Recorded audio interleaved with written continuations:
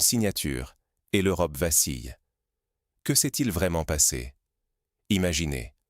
Alors que Moscou dort encore, dans un bureau éclairé de la vieille ville, un dossier secret circule. À l'intérieur, la liste de tout ce que l'Allemagne possède en Russie. Banques, assurances, usines, infrastructures. Des actifs stratégiques, jugés intouchables depuis des décennies. Mais ce matin-là, à 6h40, une simple signature de Vladimir Poutine fait tout basculer. Un décret sec, purement administratif, nationalise instantanément tous les avoirs allemands sur le sol russe. Les plus grandes banques allemandes, leurs comptes bloqués d'un coup. Les groupes industriels et logistiques, transférés sous contrôle russe avant même que Berlin ait le temps de réagir. Les dividendes gelés, les crédits suspendus, les lignes téléphoniques muettes. En quelques heures, la Russie arrache à l'économie allemande des années d'investissement, plongeant le business germanique dans la stupeur. Pour la première fois, le cœur industriel de l'Europe découvre la réalité crue. Aucun contrat, aucune règle du marché n'est à l'abri lorsque la géopolitique prend le dessus. Ce n'est pas qu'une crise isolée, c'est un avertissement. Ce qui est en jeu? Bien plus que l'argent, la confiance dans la stabilité, la sécurité de vos investissements, l'avenir du modèle européen lui-même. Pour comprendre comment on en est arrivé là, revenons à l'aube de cette décision fatidique. Ce coup de tonnerre n'est pas né de nulle part. L'économie européenne portait déjà ses propres failles. Depuis des décennies, l'Allemagne, moteur industriel de l'Europe, s'est construite sur une dépendance énergétique massive, notamment envers la Russie. Gaz, pétrole, charbon. Berlin misait sur la stabilité des approvisionnements et la fiabilité des contrats, convaincu que l'économie saurait toujours transcender la politique. Dans les années 2000, les grandes entreprises allemandes ont investi massivement en Russie. Des usines automobiles aux banques, toute une architecture d'intérêts croisés s'est mise en place, consolidée par des années de croissance et par une confiance mutuelle, en apparence inébranlable. Mais, en 2022, tout bascule. Un matin, un décret tombe. Tous les actifs allemands en Russie passent sous gestion russe. Pas d'interruption d'activité, les lignes de production tournent, les salariés restent à leur poste, seuls les propriétaires changent, tout simplement. Les plus grandes banques allemandes découvrent leurs filiales russes inaccessibles, les téléphones restent muets, les juristes relisent fébrilement les contrats, mais tout est verrouillé par la loi locale. La nationalisation est brutale, chirurgicale et visiblement préparée de longue date. À Berlin, le choc est total. D'abord le silence, puis la stupeur, quand on réalise que tout cela est parfaitement légal en Russie, que chaque clause a été anticipée. Les marchés réagissent aussitôt, panique feutrée, réunion d'urgence, retrait précipité de capitaux. Les actions allemandes dévissent, la confiance s'effondre. Ce qui frappe, c'est la rapidité avec laquelle l'Europe, et surtout l'Allemagne, découvre l'ampleur de sa vulnérabilité. On pensait la mondialisation intangible, mais en quelques heures, un pan entier de la puissance industrielle européenne se retrouve dépossédé, impuissant face à la logique géopolitique. Le risque? Comprendre trop tard que la sécurité financière, l'emploi et la crédibilité même de l'Europe sont en jeu. Mais la véritable rupture n'est pas seulement financière ou industrielle. Elle concerne la logique même du jeu économique international. Dans le Nouveau Monde, même l'or remplace l'euro, quand l'économie devient une arme. Après la nationalisation soudaine des actifs allemands par la Russie, tout bascule. Moscou impose à l'Allemagne de payer ses ressources vitales, en or. Oui, en lingots, pas en euros, plus en dollars. Dans les tours de Francfort, c'est la panique.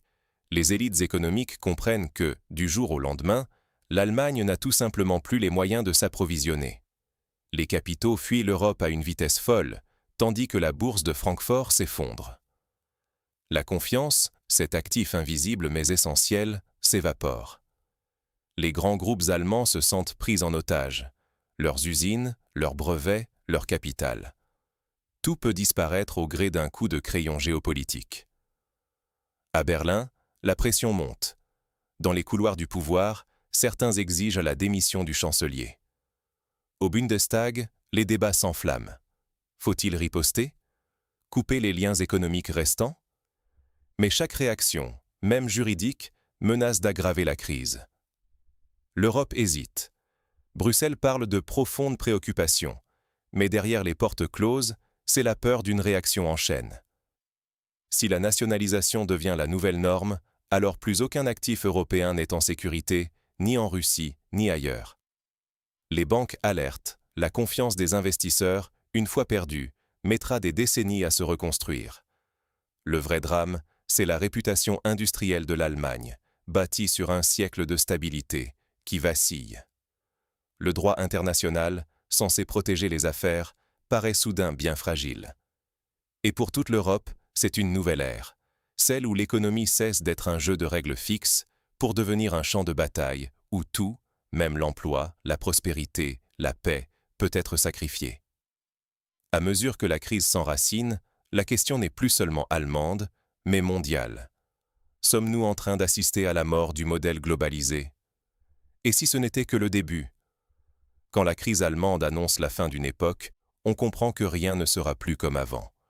Car ce qui s'est joué ici dépasse largement le simple cas de la nationalisation des actifs allemands en Russie. C'est un précédent qui fait trembler toute l'Europe. Si demain, la nationalisation devient la norme en période de crise, alors aucun actif européen, où qu'il soit, n'est véritablement à l'abri. La confiance, lentement tissée durant des décennies de mondialisation, s'effrite. Investir à l'étranger? Signer de nouveaux contrats internationaux?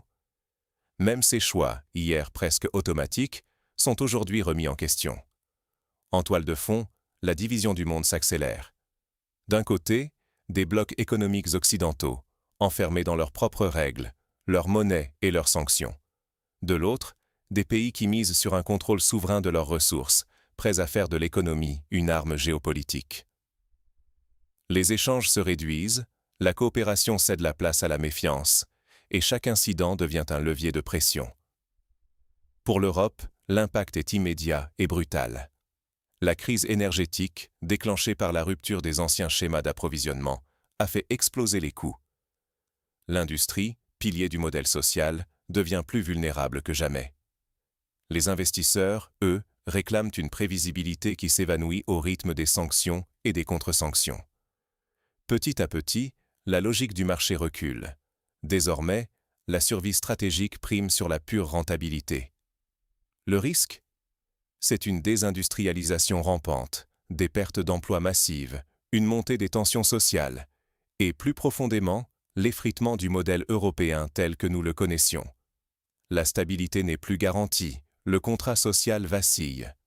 Alors, face à cette mutation profonde, quelles leçons pratiques en tirer pour les entreprises, pour les décideurs, mais aussi pour chacun d'entre nous?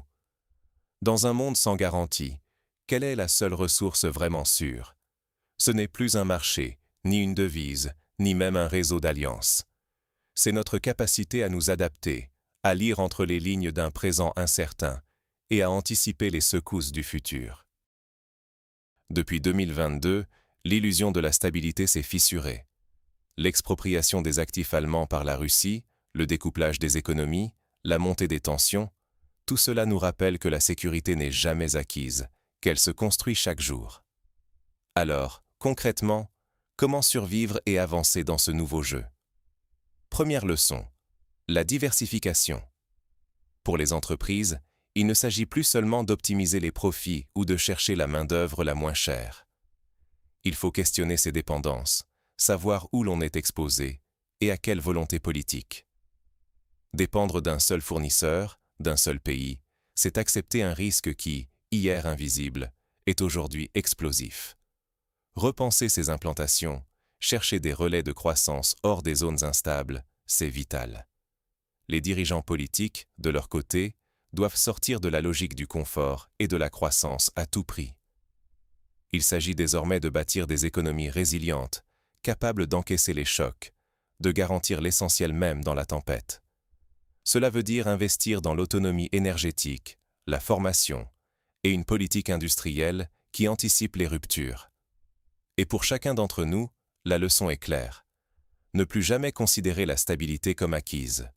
S'informer, cultiver son esprit critique, comprendre comment l'économie mondiale se fragmente, Tout cela devient indispensable pour protéger ses finances, son emploi, son avenir. C'est là tout le pari.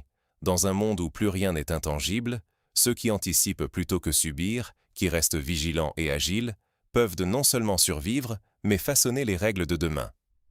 Mais alors, comment faire face à cette nouvelle réalité? Et quel rôle pour chacun dans la réécriture des règles du jeu? Dans une époque où tout peut basculer du jour au lendemain, savoir devient l'arme suprême. Aujourd'hui, ce que nous venons de vivre avec la nationalisation des actifs allemands par la Russie n'est sans doute pas un simple accident de parcours, mais le cri d'alarme d'un monde qui change brutalement de règles du jeu. L'Europe, jadis bastion de la prévisibilité et de la stabilité, découvre sa vulnérabilité, non pas militaire, mais économique, structurelle et surtout psychologique. La mondialisation, que beaucoup pensaient éternelle, se fissure sous nos yeux, et chacun d'entre nous se retrouve en première ligne. Ne pas s'adapter, c'est risquer de voir s'envoler non seulement son confort, mais sa capacité à décider de son avenir. Les certitudes d'hier, la sécurité de l'emploi, l'intangibilité des contrats, la protection de l'épargne, ne tiennent plus face à l'imprévisibilité géopolitique. Désormais, un actif n'est plus seulement une valeur sur un bilan, mais aussi une cible potentielle, un levier de pression, voire une monnaie d'échange entre puissances. Les alliances se recomposent au gré des intérêts nationaux, et derrière chaque accord commercial ou investissement, il faut désormais lire entre les lignes. La sécurité prime sur le profit. Face à cela, il est tentant de céder au fatalisme, de croire que tout nous échappe. Mais rester informé, chercher à comprendre les mécanismes profonds, c'est déjà reprendre la main. Chaque jour, des décisions prises dans le secret des cabinets influencent nos vies. Mais c'est en cultivant notre esprit critique et notre vigilance que nous pouvons garder une longueur d'avance sur les chocs à venir. Dans ce monde où plus aucune règle n'est intangible, la plus grande force, c'est la conscience aiguisée et la capacité à anticiper. Alors, ne subissez pas l'histoire, devenez-en les lecteurs actifs. Continuez à vous informer, à questionner et à partager ces analyses autour de vous. Parce qu'aujourd'hui, penser par soi-même, c'est plus qu'une qualité, c'est une nécessité vitale.